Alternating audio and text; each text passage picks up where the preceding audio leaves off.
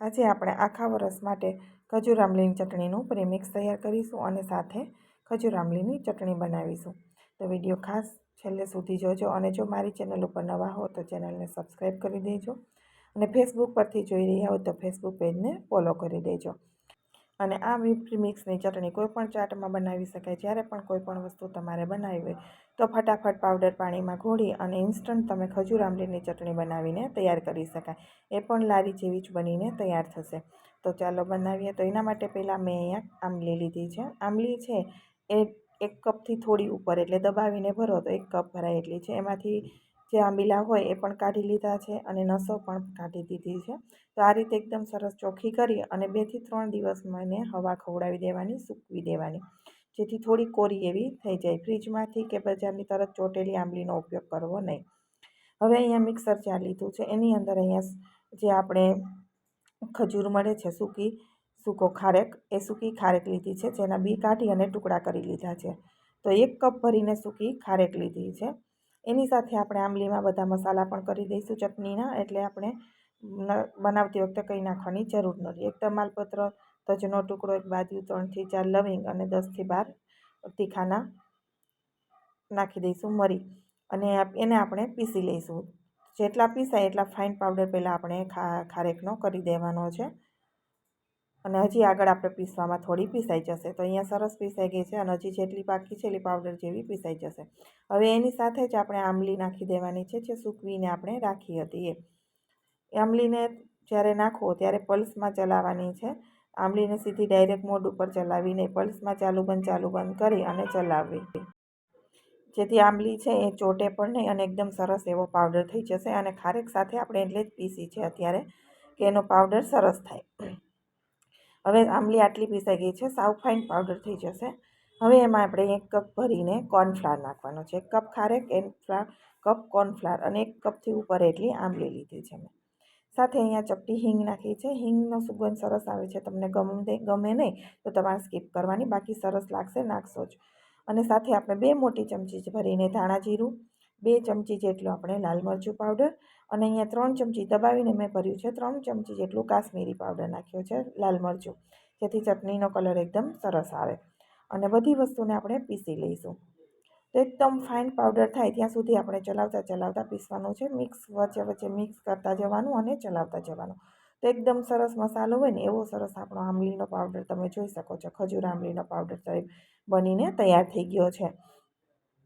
હવે આ પાવડરની અંદર આપણે મીઠું કે ખાંડ કે ગોળ કોઈ વસ્તુ નાખી નથી.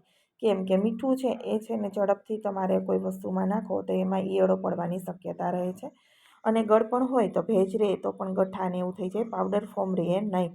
એટલા માટે મેં ગળપણ બિલકુલ નાખ્યું નથી. બસ આ પાવડર તૈયાર કરી અને આપણે હવે ઠંડો થવા દેવાનો અને પછી કોઈ પણ બોટલમાં આપણે ભરી અને ફ્રીજમાં 1 વર્ષ માટે સ્ટોર કરી શકાય. લાંબા સમય સુધી આને સાચવીને રાખી શકાય છે પાવડરને.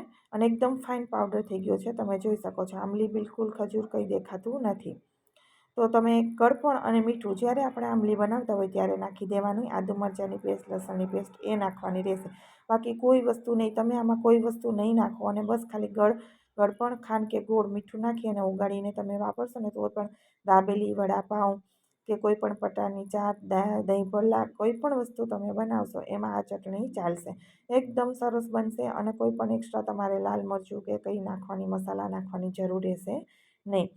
જે લાજવાબ ચટણી મળે છે ને બજારમાં, એનાથી પણ સારી આ ચટણીનો ટેસ્ટ તમે આવશે. તો અહીંયા ડબ્બો ભરી દીધો છે અને એને આપણે ઉપર હું લગાવી દઉં છું, કેમ કે મસાલા હું ઘણી બધા પ્રકારના બનાવીને સ્ટોર કરું છું.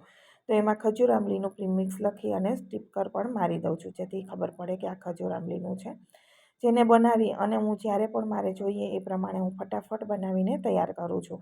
અને બનાવવામાં પણ કેવી રીતે બનાવવું એ પણ હું તમને જણાવી દઉં છું.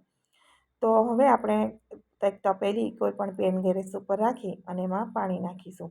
તો હું અહીંયા 2 કપ પાણી નાખું છું. 2 કપમાં અમારા ઘરમાં ચટણી થઈ જાય છે, એટલા માટે વધારે પાણીની જરૂર રહેતી નથી. સાથે આપણે સ્વાદ પ્રમાણે મીઠું નાખી દઈશું અને 2 મોટી ચમચીથી વધારે એટલો ગોળ નાખું છું. તમે અહીંયા ખાંડ પસંદ હોય તો ખાંડ, સાકર તમને પસંદ હોય એ લઈ લેવાનું. હવે આપણે ગોળ છે એને ગરમ પાણીમાં પહેલાં ઓગાળી દેવાનો છે, કેમ કે પ્રીમિક્સની અંદર આપણે કોર્નફ્લાવર પણ છે, એટલે ગોળ પહેલાં આપણે ઓગાળી દઈશું. ગોળ સરસ ઓગળી જાય એટલે 2 કપની સામે મોટી 2 ચમચી ભરીને આપણે ખજૂર આંબલીનું પ્રીમિક્સ નાખવાનું છે. જો તમને આ આંબલી છે હું કન્સિસ્ટન્સી આગળ બતાવીશ એટલી થશે અને એકદમ ઘાટી જોઈએ વધારે પડતી તો તમારે 3 ચમચી ભરીને નાખી દેવાનું. હવે આને થોડીવાર માટે ગેસની ફ્લેમ લો રાખી 5 મિનિટ રાખી દઈશું, કેમ કે એની અંદર જે આંબલીના કણ છે અને ખારેકના છે એ પલળી જાય એટલા માટે થોડીવાર માટે લો ફ્લેમ ઉપર ગરમ પાણીમાં રાખી દેવાનું. પછી ગેસની ફ્લેમ વધારી દઈશું એટલે ફટાફટ આંબલી છે એ બની જશે. તો એ 5 મિનિટમાં તમે જુઓ ને આંબલી સરસ એવી ઉકળી રહી છે. એટલે હવે આપણા જે ખજૂરના અને આંબલીના જે કણ હોય એકદમ સરસ રીતે ભૂકો છે એ પલળી જાય એટલે ઘાટી થાય. પછી આપણે ગેસની ફ્લેમ થોડીવાર માટે વધારી દઈએ. તો 5 મિનિટથી 6 મિનિટ બસ વધીને એકાદી 2 મિનિટ આપણે ગરમ વધારે કરીએ તો આ આંબલીની ચટણી છે એ તૈયાર થઈ ગઈ છે. કંઈ નાખવાની જરૂર નથી અને ઘાટી તમે જુઓ હજી ઠંડી થતાં થોડી ઘાટી થઈ જશે. અને જો વધારે ઘાટી તમારે જોતી હોય આનાથી પણ વધારે ઘાટી તો 1 ચમચી વધારે પાવડર નાખી દેવાનો, જેથી આંબલીની ચટણી છે એ વધારે પડતી ઘાટી થઈ જશે. તો આ રીતે ખજૂર આંબલીની ચટણી આપણી બનીને તૈયાર થઈ ગઈ છે. આમાં તમારે કોઈ ગરમ મસાલો કે એક્સ્ટ્રા વસ્તુ નાખવાની જરૂર રહેશે નહીં. જો આદુ મરચાંની પેસ્ટ, લસણની પેસ્ટ તમારે નાખવી હોય, ધાણા તો નાખી શકાય અને કોઈ પણ ચાટ માટે તમારે બનાવવી હોય તો આમ જ તમે બનાવીને તૈયાર કરી શકો. હવે અહીંયા ઠંડી થઈ ગઈ છે, તમે જોઈ શકો છો તો ઘાટી થઈ ગઈ છે. એકદમ વધારે પડતી ઘાટી જોતી હોય તો તમે પાવડર વધારે નાખો. તો અહીંયા આપણે સર્વ કરી દઈશું. તો તમને મારી ખજૂર આંબલીનું પ્રીમિક્સ કેવું લાગ્યું, ચટણી કેવી લાગી એ કોમેન્ટ બોક્સમાં જરૂરથી જણાવજો. વધુમાં વધુ લોકો સાથે શેર કરજો અને યુટ્યુબ પર પહેલીવાર જ કોઈ પણ આજ સુધી તમને આ રીતે ખજૂર આંબલીનું પ્રીમિક્સ શેર નહીં કર્યું હોય કે તમે આખું વરસ માટે બનાવીને સ્ટોર કરી દો તો ફટાફટ ગમે ત્યારે જોઈએ ત્યારે તમે ખજૂર આંબલીની ચટણી ઇન્સ્ટન્ટ 5 મિનિટમાં બનાવીને તૈયાર કરી શકો છો. અને તમને કેવી લાગી છે પણ જણાવજો કોમેન્ટ બોક્સમાં. અને મારો વિડીયો પસંદ આવ્યો હોય તો લાઈક પણ આપજો. તો એકદમ સરસ અને ઇન્સ્ટન્ટ ખાટી મીઠી આપણી ખજૂર આંબલીની ચટણી બનીને તૈયાર થઈ ગઈ છે. તો જરૂરથી ટ્રાય કરજો. અને આ પ્રીમિક્સ છે મેં તમને બતાવ્યું એ પરફેક્ટ માપ અને મેજરમેન્ટ સાથે જ બતાવ્યું છે. જો તમે આ રીતે બનાવશો તો તમારે કોઈ પણ વસ્તુ નાખવાની જરૂર રહેશે નહીં. એકદમ સરસ એવું ફટાફટ બનીને તૈયાર થઈ જશે. તો જ્યારે પણ તમને કોઈ પણ ચાટ બનાવવી હોય તો ફટાફટ તમે બનાવી શકો છો. ફરી મળીશું નવા વિડીયો સાથે. આવજો.